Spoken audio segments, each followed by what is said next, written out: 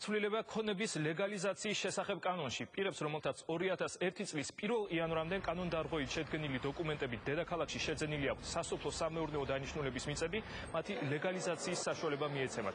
კანონში შესული ცვლილებების თანახმად, მესაკუთრეც და ლეგალიზაციის განმახორციელებელი პირით სისხლის სამართლის პასუხისმგებლობისგან თავისუფლებიან, თუ უკვე არაა გამოტანილი გამამყუნებელი განაჩენი თავისუფლების აღკვეთის სახით.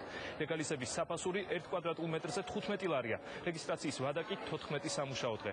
საკანონმდებლო ცვლილება ამ ეტაპზე დედაქალაქში ამოქმედა, ხოლო 2012 წლის 1 იანვრამდე პროცესი ქვეყნის სხვა რეგიონებშიც დაიწყება. ეს მესაკუთრეები უკვე წლების განმავლობაშია მიწას ფლობენ და სარგებლობენ. მე რაღაც ნაწილ სახლებიც აქვს საშინაო და შესაბამისად მათთვის ამ პრობლემის მოგვარება ძალიან მნიშვნელოვანია, იმიტომ რომ ეს ქონება დღეს არის გამოკიდებული ბაზრის გარეთ, ვერ ხდება მათი რეგისტრაცია, შესაბამისად ტრანზაქციებში ჩართვა და აი ამ პრობლემის მოგვარებით ეს ქონება გახდება ჩვეულებრივი ქონების ბაზრის სრულფასოვანი მონაწილე. გარღვევა შესაძლებელია იყოს მრავალმხრივი ხასიათის, მათ შორის არის სისხლის სამართლებრივიც. ანუ ხშირ შემთხვევაში ადამიანები იყვნენ სისხლის სამართლის ობიექტები ამ შემთხვევაში და ისინი ისჯებოდნენ კიდეც. აღნიშნული ცვლილებების შესაბამისად პირველი რაც აქვთ ამათ დადებითი შედეგი ის არის, რომ მათ ამის გამო არავინ არ დასჯის და მეორე ამ გზით მოპოვებული ქონება ხდება მათი საკუთრება.